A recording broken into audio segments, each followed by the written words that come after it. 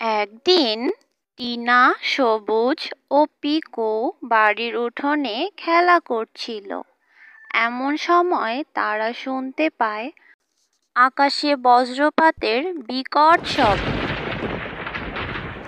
তখন টিনা বলে, এই যে আকাশে অনেক মেঘ করেছে, বজ্রপাতও হচ্ছে, চলো আমরা তাড়াতাড়ি বাসায় চলে যাই। আর এখনো তো বৃষ্টিই শুরু হয়নি, চল না আমরা আর কিছুক্ষণ খেলি, বৃষ্টি শুরু হলেই বাড়ি চলে যাব। না রে, আমাকেও বাসায় যেতে হবে, নইলে বাবা মা খুব বকবে। চল টিনা, আমরা বাড়িতে যাই। এই বলে টিনা ও সবুজ সেখান থেকে চলে গেল। আর পিকু একা একা সেখানে দাঁড়িয়ে রইল। ওদের এভাবে চলে যাওয়াতে পিকুর খুবই মন খারাপ হলো। তাই সে বলতে লাগলো, তোর ভাল লাগে না, ভিতুর ডিমগুলো কোথাকার, বৃষ্টি শুরু হওয়ার আগেই চলে গেল। এই বলে পিকু সেখান থেকে চলে গেল।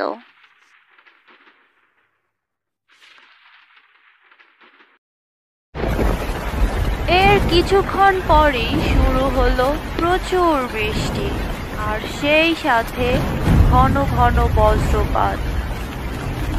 পুরো আকাশটা যেন কালো মেঘে ছেয়ে গেছে।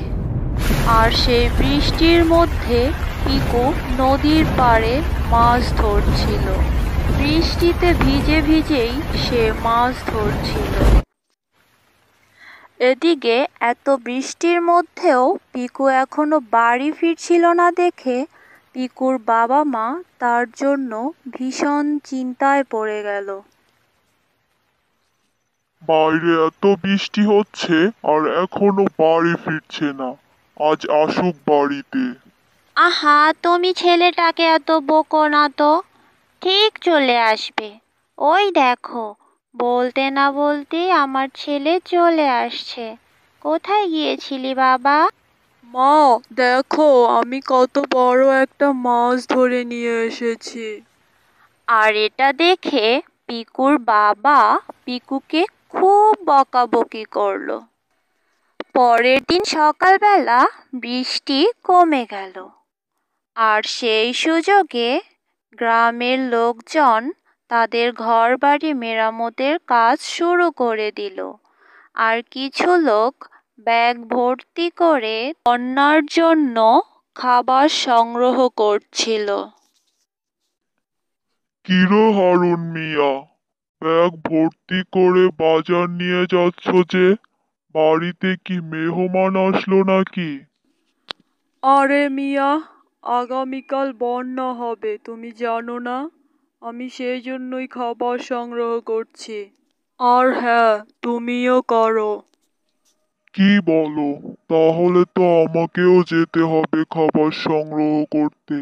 যাই, আমিও কিছু খাবার এনে রাখি। হ্যাঁ ভাই, তাড়াতাড়ি যাও, নইলে কিন্তু বন্যায় বউ বাচ্চা নিয়ে না খেয়ে মরতে হবে। আমি চললাম। এই বলে হারুন মিয়া সেখান থেকে চলে গেল। আর পিকুর বাবা খাবার সংগ্রহের জন্য বাজারের দিকে চলে গেল। তার পরের দিনই শুরু হলো বন্যা। একদিকে যেমন বৃষ্টি হচ্ছিল, তেমনি অন্যদিকে বন্যার পানি মানুষের বাড়ি পর্যন্ত উঠে গিয়েছিল। আর সেই বন্যায় নদীতে ভেসে এলো এক জলপরী।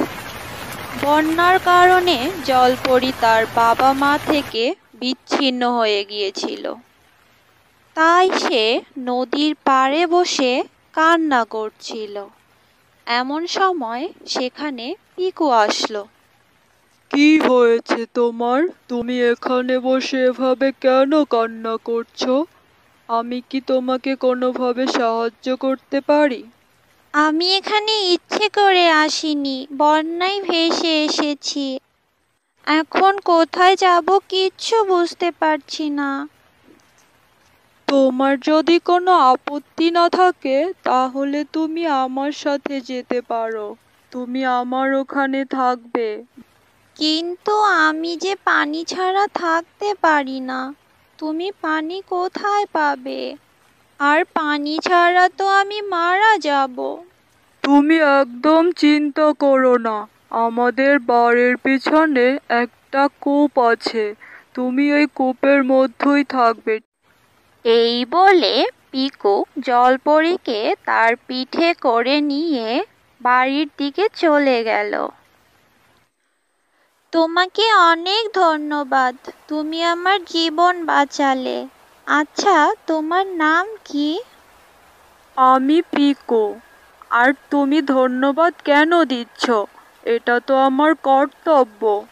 এখন থেকে তুমি আমার বন্ধু। আচ্ছা ঠিক আছে, আজ থেকে আমরা দুজন বন্ধু হয়ে গেলাম, তাই তো? আচ্ছা, তুমি তাহলে এখানে থাকো, আমি বাড়িতে যাই, নইলে বাবা আমাকে খুব বকবে। আবার কাল দেখা হবে। এদিকে বন্যার পানি দিন দিন বাড়তে ছিল। মানুষের ঘর বাড়িতে পানি উঠে গিয়েছিল এবং সেই সাথে রাস্তাঘাট সব কিছু পানিতে তলিয়ে গিয়েছিল। মানুষের চলাচল প্রায় অসম্ভব হয়ে পড়েছিল। সবাই ঘরবন্দি হয়ে গিয়েছিল। মানুষের প্রায় অসহায় অবস্থা হয়ে গিয়েছিল এবং সেই সাথে দেখা দিয়েছিল খাদ্য সংকট। পিকুদের বাসারও খাবার শেষ হয়ে গিয়েছিল আর তারা খুবই চিন্তায় ছিল। ওগো, বাসায় যা খাবার ছিল সবই তো শেষ হয়ে গেল। এখন আমরা কি করব? কি খাবো? এই বন্যায় তো দেখছি আমাদের অসহায় করে দিল। আরে তুমি অত চিন্তা কেন করছো? আমরা কি একা নাকি? আমাদের মতো কত মানুষ না খেয়ে আছে, তারাও তো গৃহবন্দী হয়ে আছে। কি হয়েছে পিকু? তোমার মনটা এত খারাপ কেন? আব্বু আম্মু বকেছে? আমাকে বলো। আমাদের এখন খুবই কষ্ট। বন্যায় আমরা খাদ্য সংকটে পড়ে গেছি। আমরা বের হতে পারছি না বাইরে। আচ্ছা এই ব্যাপার, তুমি চিন্তা করো না, ঘরে ফিরে যাও, তোমাদের আর খাদ্য সংকট থাকবে না। আচ্ছা ঠিক আছে, তুমি যখন বলছো তখন আমি যাচ্ছি বাসায়, গিয়ে দেখছি। এই বলে পিকু বাসায় চলে আসলো। আর বাসায় এসে সে অনেক খাবার দেখে খুশিতে আত্মহারা হয়ে গেল। মা, বাবা, দেখে যাও আমাদের বাসায় কত খাবার। পিকুর ডাক শুনে তার বাবা মাও সেখানে চলে আসলো এবং তারা এত খাবার দেখে পিকুকে জিজ্ঞাসা করলো এসব কি করে হলো। তখন পিকু তাদের সব ঘটনা খুলে বলল এবং সে জলপরীর কথাও তার বাবা মাকে বলল। সব ঘটনা শুনে তার বাবা মা সেই জলপরীর সাথে দেখা করতে চাইল। আর তখন পিকু তাদের নিয়ে সেই জলপরীর সাথে দেখা করতে চলে গেল। জলপরী, তোমাকে অনেক ধন্যবাদ, তুমি আমাদের বিপদের সময় খাবার দিয়ে সাহায্য করেছো। আপনারা এসেছেন, আমি অনেক খুশি হয়েছি। আমাকে ধন্যবাদ দিয়ে ছোট করবেন না, ঠিক আছে? আচ্ছা ঠিক আছে, কিন্তু আমাদের মতো আরো অনেক মানুষ তো খাদ্য সংকটে পড়ে গেছে, তাদের কি হবে? আপনারা একদম চিন্তা করবেন না, আপনারা বাসায় যান, আমি ব্যবস্থা করতেছি। এরপর জলপরী তাদের বাসায় অনেক খাবার দিল আর সেই খাবার পিকু মানুষের মাঝে বিতরণ করছিল। কি হয়েছে পিকু, তোমার এখনো মন খারাপ কেন? তোমাদের কি আরো খাবার চাই নাকি অন্য কিছু? আমাদের গ্রামে অনেক মানুষ অসুস্থ হয়ে পড়েছে, তারা চিকিৎসা নিতে পারছে না পানির কারণে। আচ্ছা তুমি আমাকে বলো, আমি কি করতে পারি? কি হলে তারা হাসপাতালে গিয়ে চিকিৎসা নিতে পারবে?